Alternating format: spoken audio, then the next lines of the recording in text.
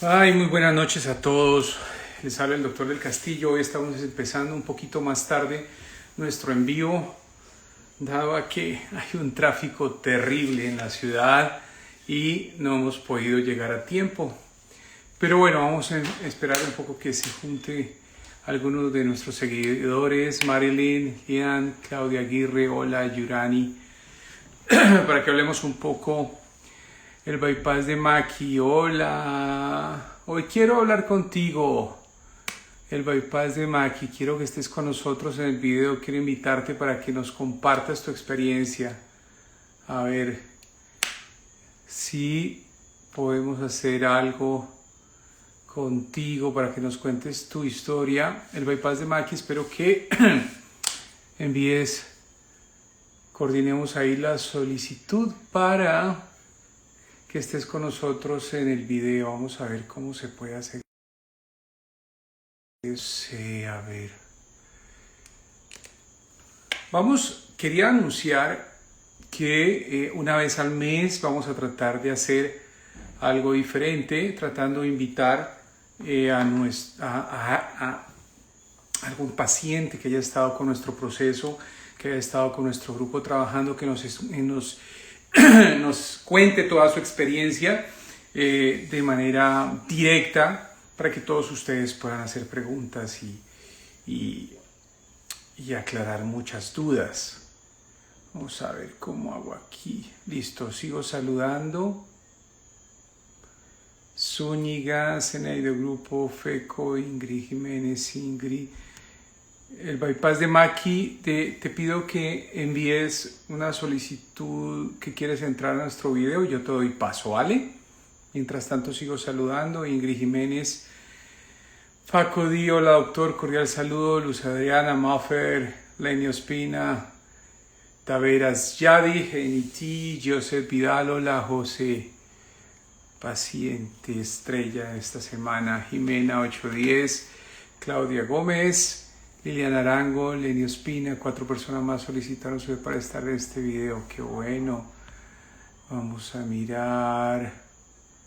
Ver solicitud. Ah, aquí están todas. Solicitud. Bypass. Enviar solicitud. Ok. Vamos a ver si podemos hacer algo. Hola, muy buenas noches. Hola, ¿Cómo doctor, buenas estás? noches. ¿Cómo te ha ido? Bien, gracias a Dios. ¿Y usted cómo está? Bien, qué gusto saludarte. Muy buenas noches a quien te acompaña. Buenas noches. Ok. Me alegra mucho que estén aquí. Quiero que te presentes, qué es tu nombre completo, dónde vives, tu edad, para que entremos un poco en confianza y hablemos un poquito de lo que ha pasado en todo tu proceso, ¿vale? Sí, señor. Bueno, mi nombre es Mayerlina Obregón Cortés. Tengo 32 años y soy operada de un bypass hace 19 meses. Fantástico, excelente. ¿Tú recuerdas cuánto pesábamos antes de la cirugía? Em, Entré a cirugía con 102 kilos. 132 kilos. ¿Tu estatura es? 1,67. Wow, entonces eso quiere decir que estábamos más o menos en unos 55, 54 kilos de exceso, ¿no? Sí, señor. ¿Recuerdas qué enfermedades teníamos que motivó tu consulta? Yo tenía diabetes y pues los ovarios poliquísticos. Diabetes y ovarios poliquísticos. Para esa diabetes, ¿qué estabas usando? La metformina. Metformina. En la ecografía, ¿recuerdas si el hígado estaba con infiltración grasa? Sí, tenía también hígado graso, pero ya me dijeron que no tenía hígado graso. Bien, entonces, para recordar, teníamos una obesidad mórbida, teníamos algo más de 130 kilos, hígado graso, empezaba a asomarse los tentáculos de la diabetes, que se catalogaba como un síndrome metabólico y muy probablemente el colesterol empezaba a alterarse un poco también. Y todo esto motivó que te lleváramos a cirugía.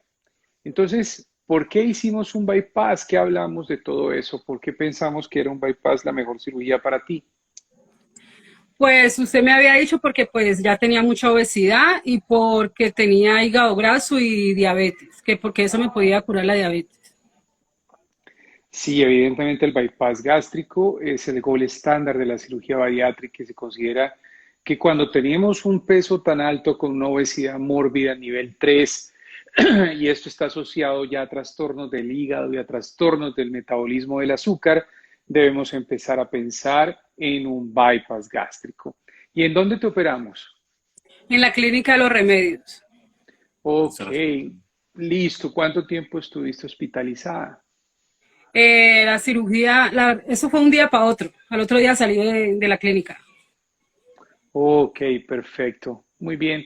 Cuéntanos tu experiencia en cuanto a lo que tiene que ver en esa primera fase de la nutrición, que son la dieta líquida, un poco difícil. Cuéntanos cómo fue tu experiencia.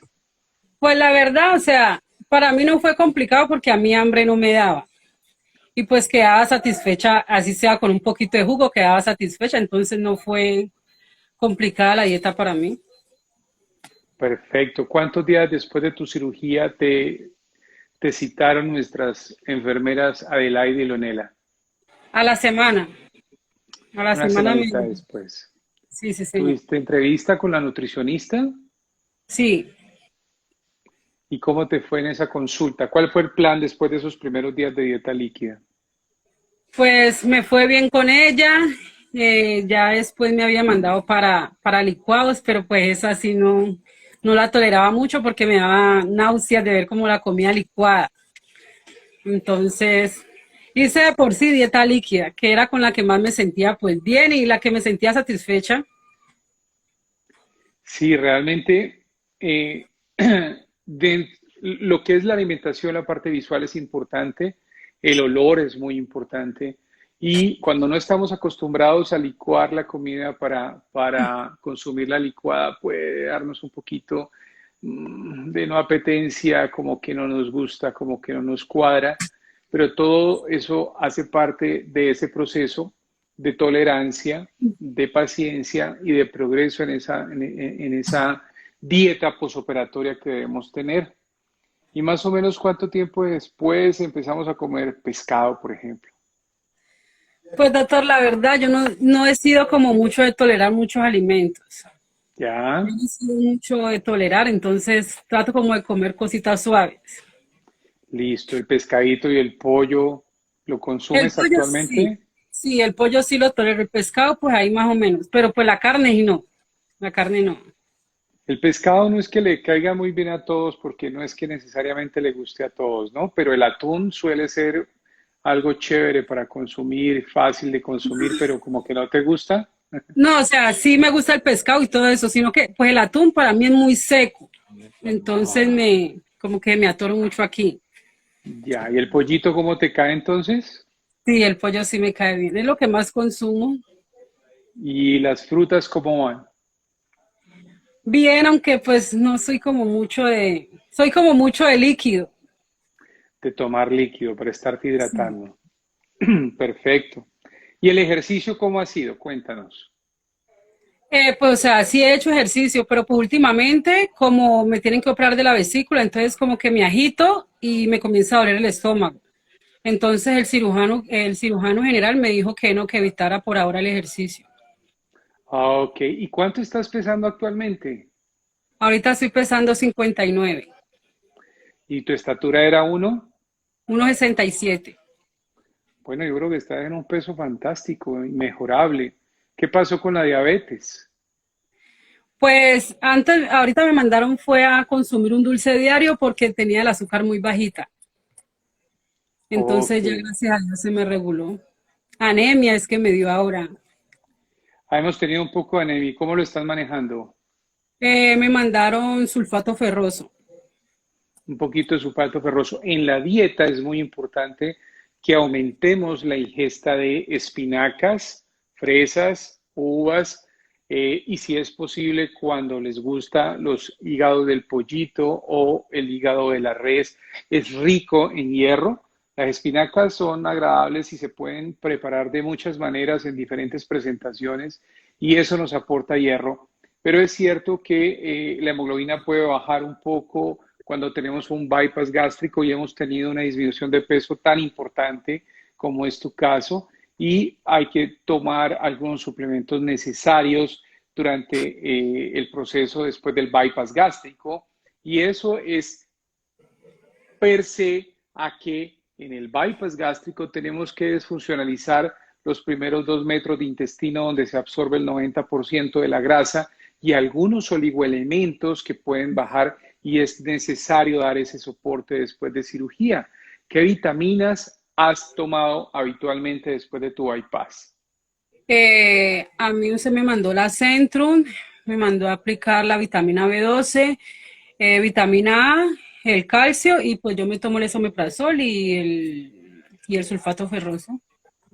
Vale, entonces el Centrum es un multivitamínico común. Se caracteriza porque tiene un poquito de la mayoría de las vitaminas, pero no suele tener mayor cantidad de vitamina B12. Por esa razón es necesario que tengamos una aplicación de vitamina B12 intramuscular mensual en el Sí. primer año, y de pronto después en el segundo o tercer año se puede distanciar un poco la administración de la vitamina B12 a cada 2 o 3 meses, dependiendo de los controles de laboratorio que vamos haciendo.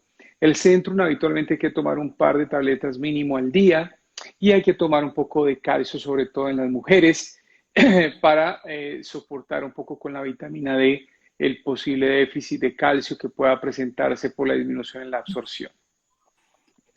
Es muy importante resaltar eso que has hecho, que mantenerte juiciosa con el bypass, porque cuando tomamos la decisión de hacer un bypass gástrico, tenemos que tener claro que adquirimos un compromiso con el uso de las vitaminas, ¿ok? Y eso está perfecto. Y los exámenes de control que vamos haciendo en el camino, vamos mirando si necesitamos o no hacer algún aporte más, como en este caso el sulfato ferroso, para que suba un poquito la hemoglobina y tenerlo ya controlado. ¿Tenemos algún problema con sangrado menstrual que pueda empeorar la caída de la anemia, la caída de la hemoglobina? No, pues a mí ahorita es que me ha regulado el periodo, porque para mí me duraba a veces hasta un mes y ahorita me dura los 5 días normal. Perfecto. Entonces no tenemos una pérdida de hierro diferente en el organismo. Es muy frecuente que tengamos pérdida de hierro en las mujeres con el síndrome menstrual cuando se incrementa el sangrado menstrual. Entonces, es, eh, es muy importante cuando estamos haciendo el análisis de el síndrome anémico es buscar la causa.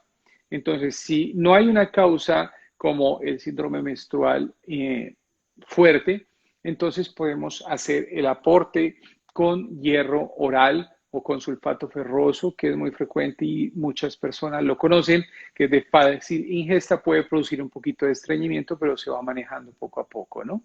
Sí, eso, el estreñimiento sí, sufro mucho de estreñimiento. El estreñimiento se puede manejar con algunas frutas como la pitaya, que es fantástica, granadilla, mango, papaya, consumiendo picado para que toda la fibra entre y nos ayuda al tránsito intestinal, evitando la manzana, la pera y la guayaba, porque estas tres frutas tienen alto nivel de peptina y aumenta el estreñimiento. Entonces, esas variantes dietarias debemos organizarlas con la nutricionista para que sepamos que cuando estamos estreñidos debemos consumir pitaya, granadilla, mango, melón, papaya. Y cuando estamos sin estreñimiento, o sea que de pronto estemos un poco flojitos, usamos manzana, pera y guayaba. Ok. ¿Y en qué va el plan de tu cirugía reconstructiva? Pues doctor, yo fui a hacerme valorar y pues como casi no tengo flacidez en el abdomen, me aprobaron la de las piernas y la de los brazos. Pero pues me están diciendo que no, que el cirujano ya no trabaja para la EPS, entonces la verdad no sé. Pero pues Bueno, la verdad no me quiero hacer recorte porque o sea, me dijeron cómo quedaba la cicatriz y no, no me gustaría esa cicatriz. ¿y cómo has logrado retraer tanto la piel? Pues yo la verdad me hago masaje en el abdomen. Eso es lo único que yo me hago. De resto. ¿Y Y agua que ejercicio? tomo todo el tiempo, hidratarme todo el tiempo. ¿Cómo estás de ejercicio? Pues el ejercicio sí lo estaba haciendo, pero pues como le comenté lo de la vesícula, entonces me dijeron Has que no. parado un poco. Sí. Ok. ¿En qué talla estabas cuando te hiciste el bypass gástrico? De pantalón estaba en 24, ¿Y ahora en qué estás? 8 y 10. Fantástico, eso es como un sueño, ¿no? Sí, nunca en mi vida me había pasado esto. Bueno, ¿y qué reflexión quisieras dejarle a todas las personas que nos ven, que cada vez se unen más y que tienen ciertas dudas? ¿Qué reflexiones quisieras dejarles a ellos? Bueno, o sea, esto es un proceso de que, o sea, hay personas que dicen que piensan que uno va a ir al médico y una vez le van a hacer la cirugía y no, o sea, esto es un proceso largo que hay que tener mucha paciencia. Y la verdad, vale la pena porque pues a mí me ha cambiado la vida, porque yo ahorita me Ujú. siento la más bella. Me ha cambiado mucho la vida. Entonces, pues yo le digo a las personas que están empezando a hacer el proceso que lo hagan, o a las personas que, o sea, que quieren empezar a hacer el proceso, que lo hagan porque la verdad vale la pena. Vale la pena porque pues igual yo no me podía quedar para una hora porque me dolían los pies. Ahora yo puedo bailar, yo puedo hacer lo que yo quiera. Entonces no siento como ese dolor en las articulaciones.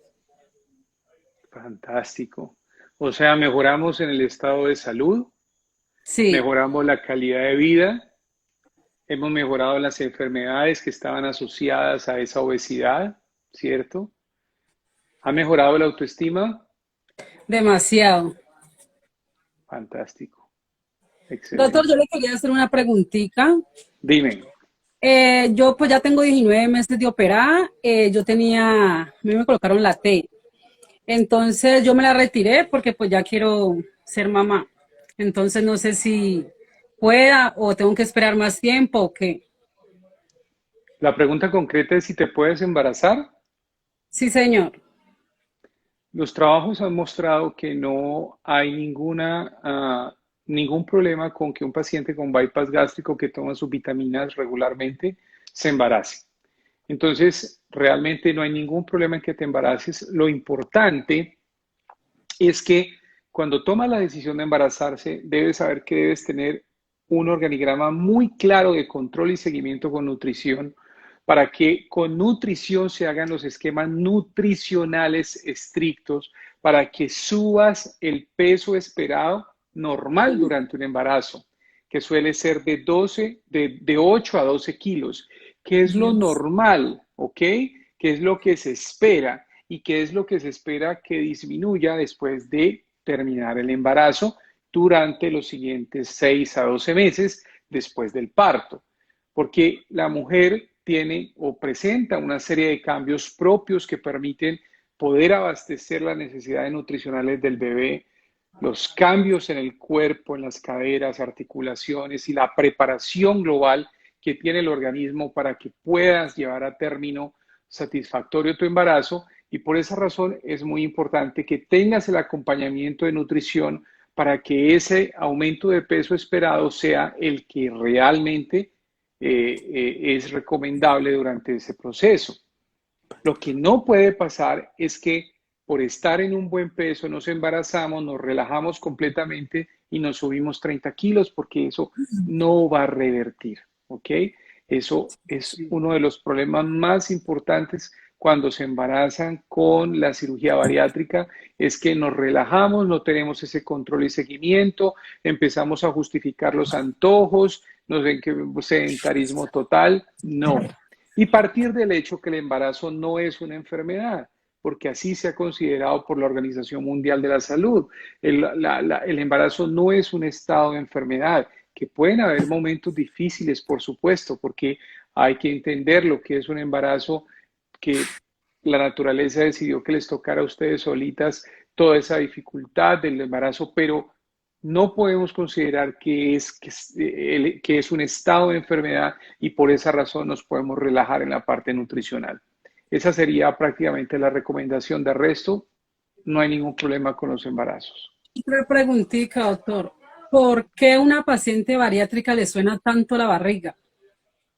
Ok, Cuando se está construyendo el bypass gástrico, nuestros intestinos normalmente están cubiertos por un manto que se llama el omento o el epiplón.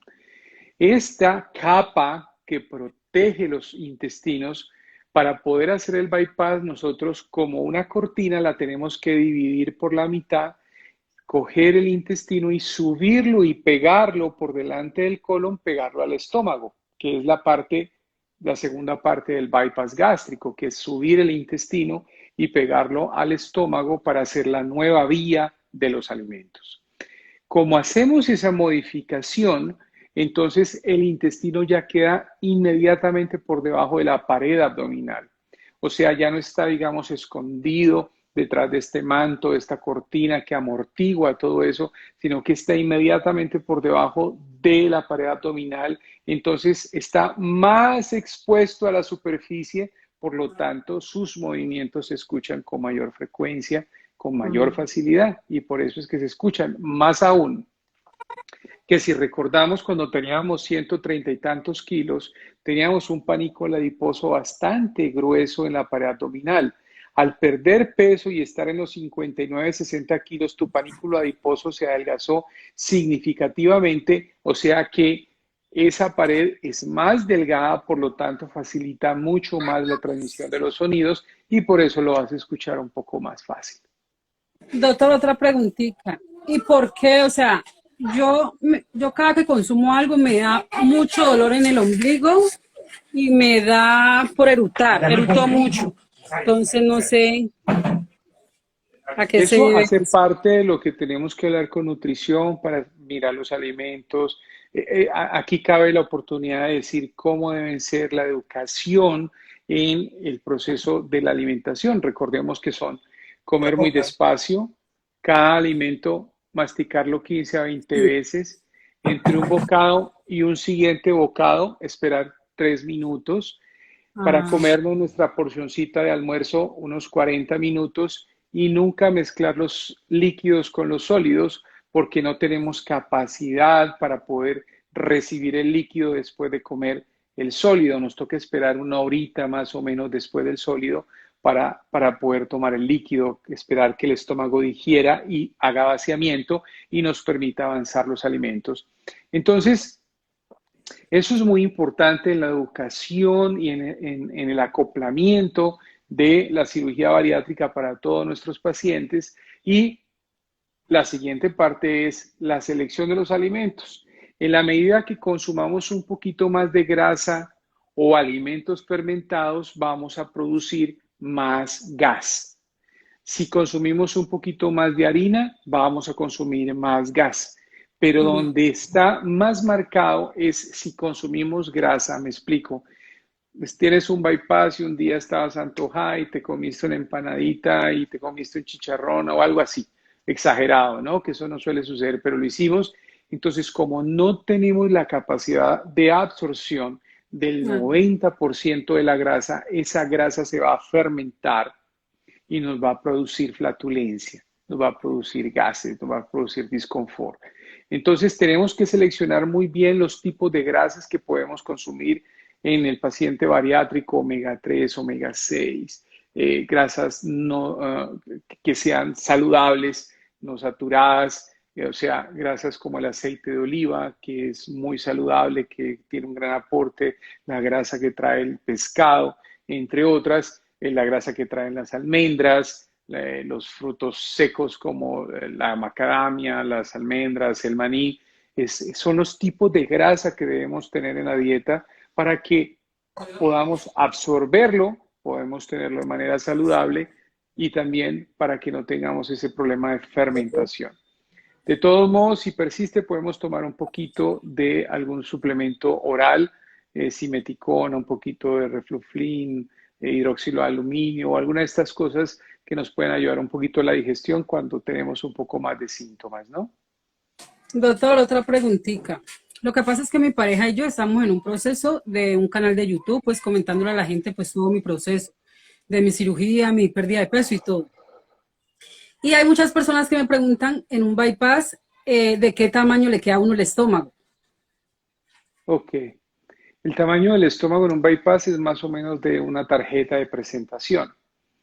Habitualmente tomamos una referencia de más o menos 5 a 6 centímetros y hacemos un cuadradito en el video de bypass que en el tutorial que pueden encontrar aquí, @sinobesidad en Instagram, yo presento paso a paso el bypass y muestro el tamaño, pero equivale más o menos al tamaño de una tarjeta de presentación y ahí tenemos capacidad en un bypass más o menos para 3, 4 cucharaditas de comida.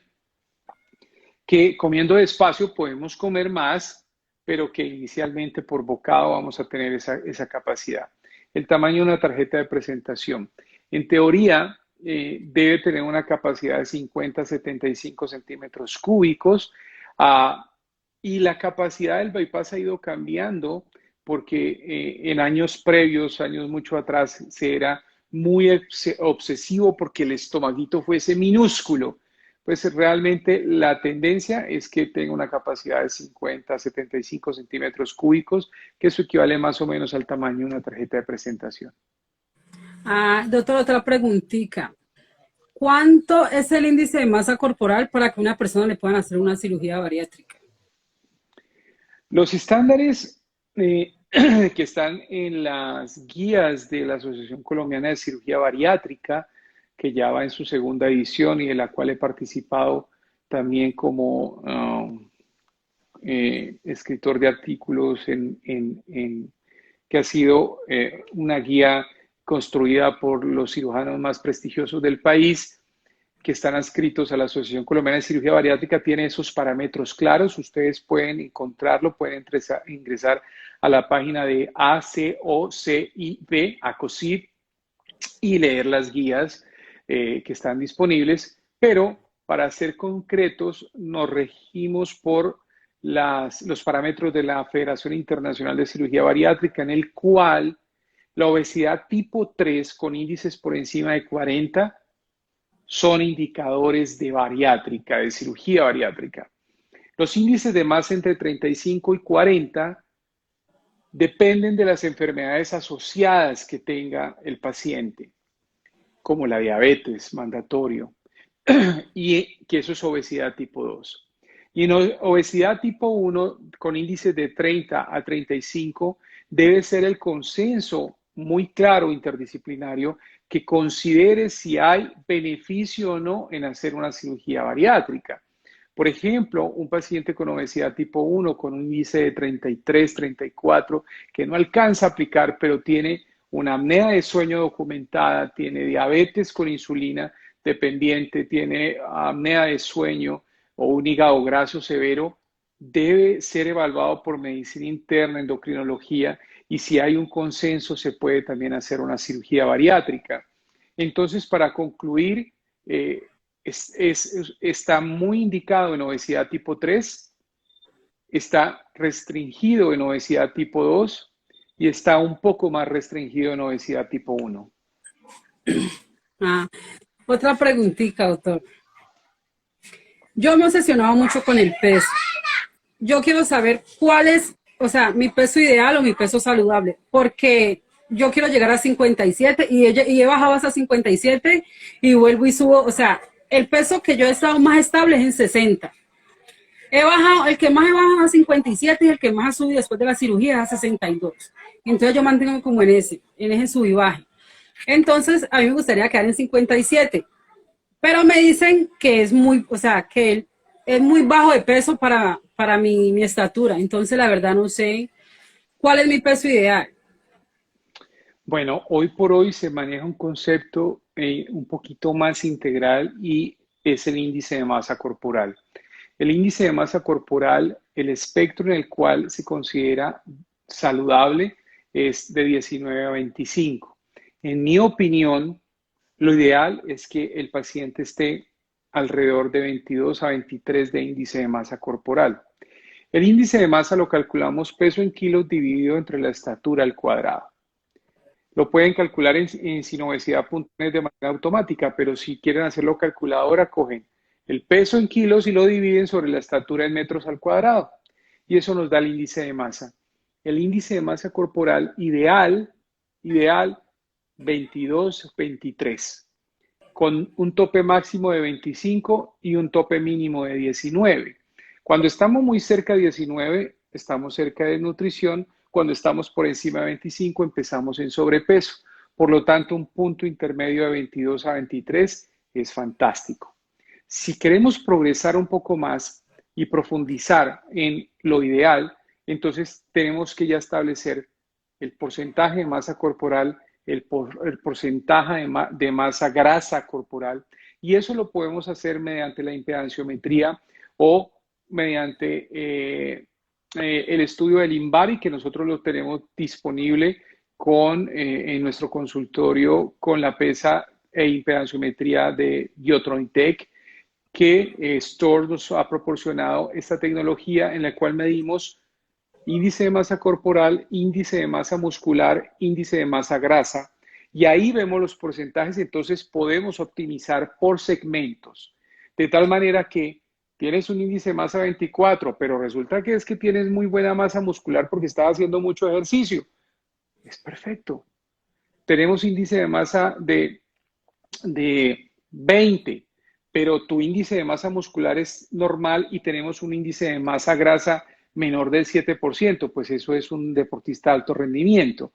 Entonces, todos estos parámetros los podemos analizar de manera más detallada con la impedanciometría grasa que podemos hacer en el InBody. Y si queremos aún ser más objetivos, pues podemos hacer estudios radiológicos. Otra pregunta, doctor. Una persona que tenga un bypass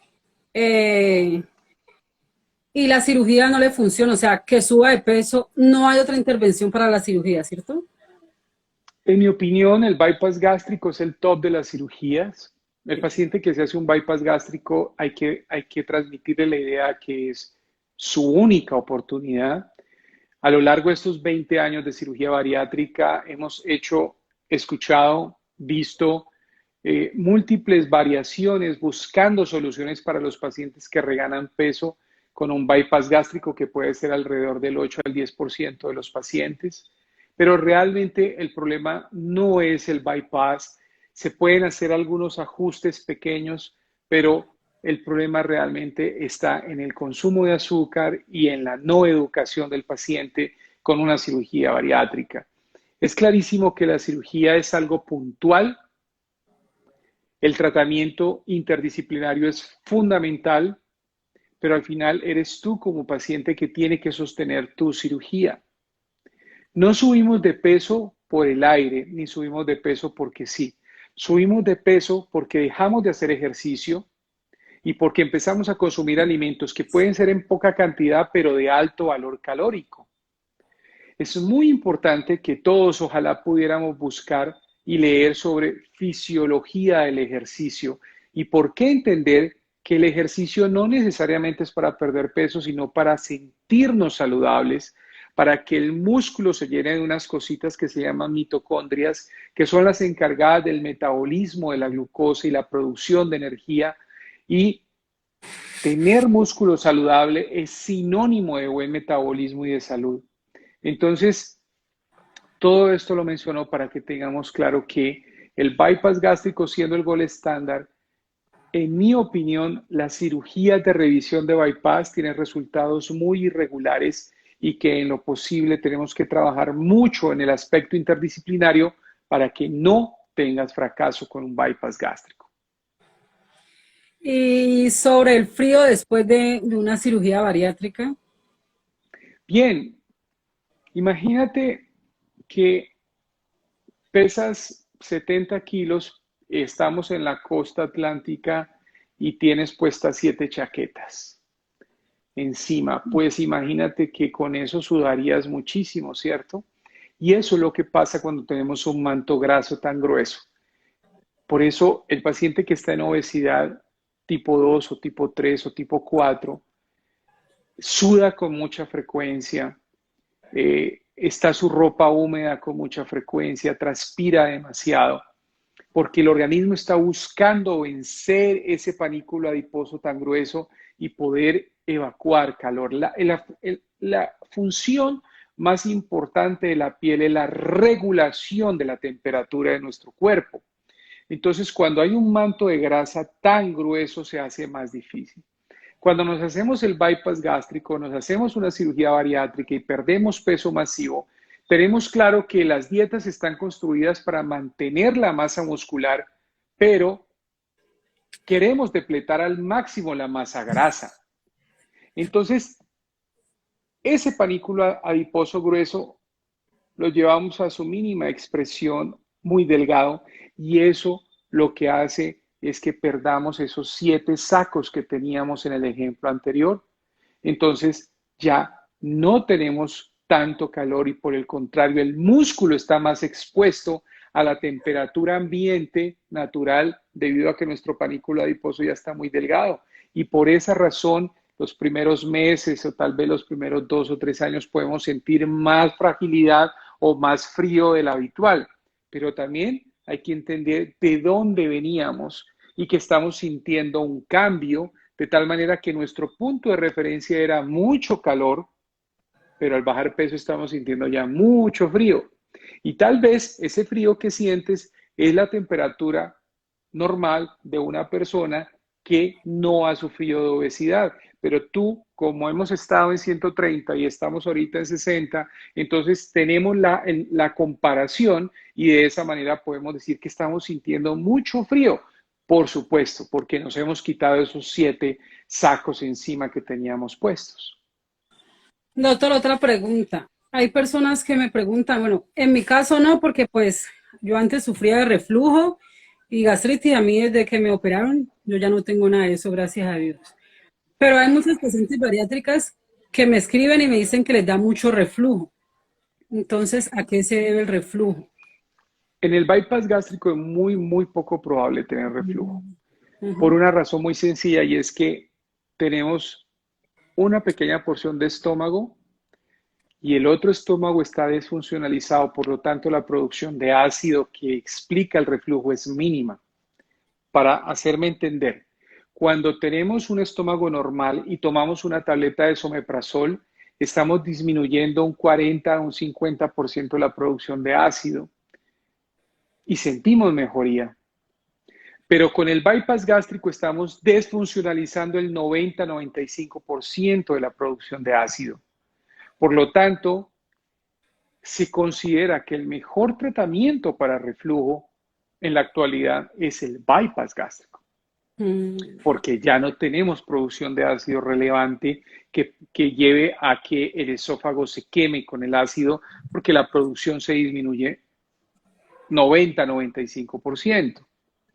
Ahora bien, si tenemos un bypass y estamos sintiendo ciertos síntomas de reflujo, lo que tenemos que hacer es una endoscopia para mirar cómo está la anatomía del bypass y también revisar cómo se está comportando la canasta de alimentos que estamos consumiendo, porque una cosa es un reflujo con esofagitis, que es claro que hay reflujo, pero otra cosa es el reflujo por determinados tipos de alimentos. Me explico.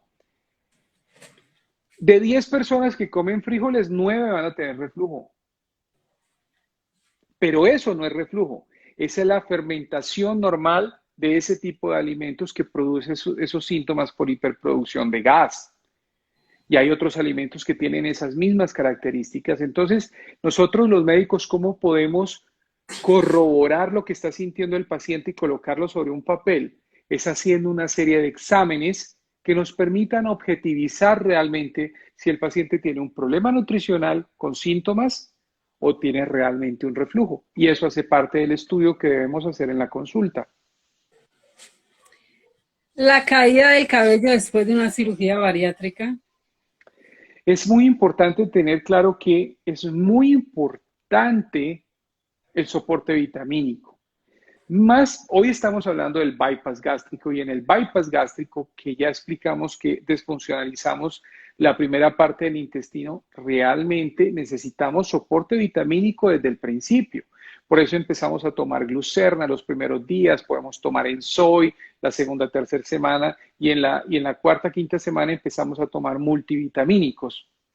Con esto Neutralizamos parcialmente la pérdida un poquito del cabello, aunque en las mujeres suele ser un poquito más marcado cuando hacemos un bypass gástrico y más aún cuando yo sé que a las mujeres se les cae un poquito más el pelo y es un drama, pero es entendible, ¿cierto?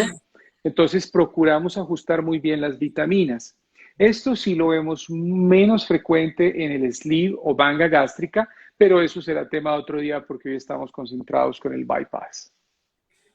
Ah, doctora, una pregunta. ¿Por qué después de una cirugía bariátrica lo operan a uno de la vesícula? ¿Por qué le da cálculos en la vesícula? O sea, yo antes de la cirugía yo no tenía cálculos en la vesícula y no sé ahora por qué me dio eso.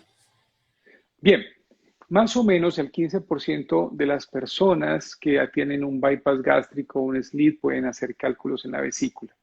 Pero hay que tomar el universo de los pacientes. ¿Qué quiere decir eso? ¿Cuál es el perfil de los cálculos de la vesícula? Mujeres en edad reproductiva, con hijos o varios hijos, con obesidad por varios años. Entonces, ese perfil hace que la relación entre hombre y mujer de cálculo sea tan alta como de 8-1. O sea, por cada 9 casos de cálculos biliares, 8 son mujeres y 1 son hombres. Entonces eso quiere decir que el factor hormonal también hace parte de el riesgo de tener cálculos. Entonces, mujeres en edad reproductiva, con obesidad, multíparas o con varios hijos, y por el hecho de ser mujeres de estrógenos, pues es, digamos que el ambiente preferido para que se produzcan cálculos en la vesícula. Ahora bien, cuando disminuimos de peso masivo, se puede producir un desbalance en el equilibrio que existe en la bilis de los pacientes. En los libros de cirugía hay un triángulo importante en el cual hay un equilibrio entre las sales biliares, el colesterol y algunos microcristales. En mi opinión, lo que sucede es que hacemos la ecografía preoperatoria, pero la ecografía es un análisis macroscópico. O sea que la ecografía va a ver cálculos formados, pero no puede detectar microcristales, o sea, microcálculos.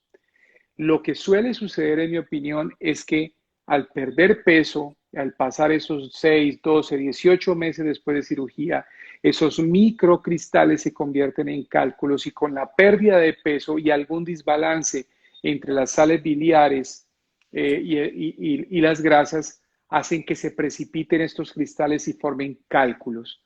Como les mencionaba, se considera más o menos que el 15% de los pacientes pueden hacer cálculos. Si en la ecografía inicial tenemos cálculos biliares, solemos sacar la vesícula en la misma cirugía, pero no podemos sacar la vesícula de todos los pacientes porque solamente un 12 a 15% hacen cálculos. Entonces, si el paciente presenta cálculos después de la cirugía, se operan de su vesícula, pero con la gran ventaja de que ya no eres un paciente obeso, que ya no tienes ese exceso de peso, por lo tanto el riesgo quirúrgico es una cirugía ambulatoria que en manos expertas toma 15 a 20 minutos de una recuperación muy rápida y de muy buenos resultados. Doctor, otra preguntita.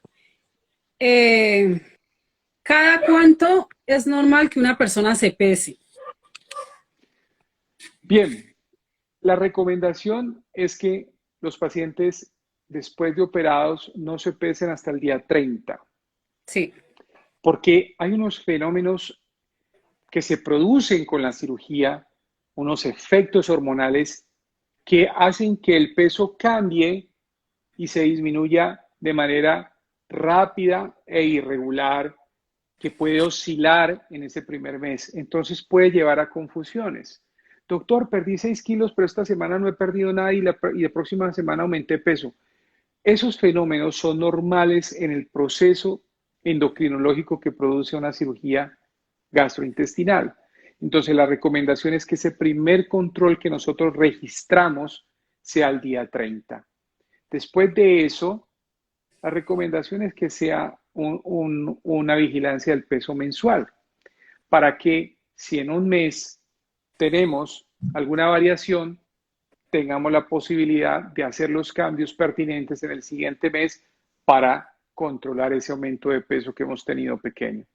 Pero lo que sí no es recomendable es pesarse todos los días. Se nos vuelve una obsesión, nos produce ansiedad, nos produce depresión, puede producir frustración si subimos mucho. Empezamos a relacionar es que este fin de semana me comí esto, entonces por eso me aumenté este peso y empieza el sentimiento de culpa. El sentimiento de culpa aumenta la producción de cortisol de la glándula suprarrenal y bueno, una serie de cosas que no son convenientes.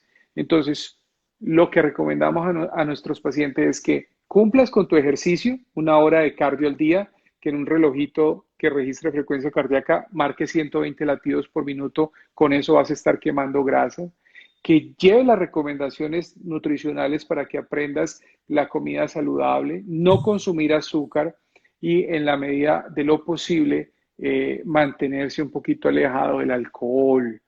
La principal causa de reganancia de peso en la mujer es el dulce y en el hombre el alcohol, aunque hay mujeres que también toman, entonces, las dos cosas. Doctor, buenas noches. Ah, hola. Buenas noches. Una pregunta. ¿Qué posibles enfermedades o recaídas en cuanto al peso puede tener a las personas que, digamos, toman, como decirlo, de una manera muy sarcástica, el vicio de tomar y fumar? La pregunta es, ¿qué enfermedades pueden relacionarse con tabaquismo y alcoholismo? Sí, señor.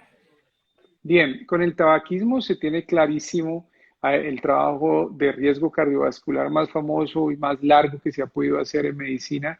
Puedo llevarnos a una evidencia de seguimiento de cohortes, que es un tipo de estudio complejo, pero que mostró que teníamos entre 5 y 7 veces más riesgo de desarrollar enfermedades pulmonares con el tabaquismo. Pero cuando se discierne todos los componentes del cigarrillo, se encuentran como 1.500 sustancias tóxicas.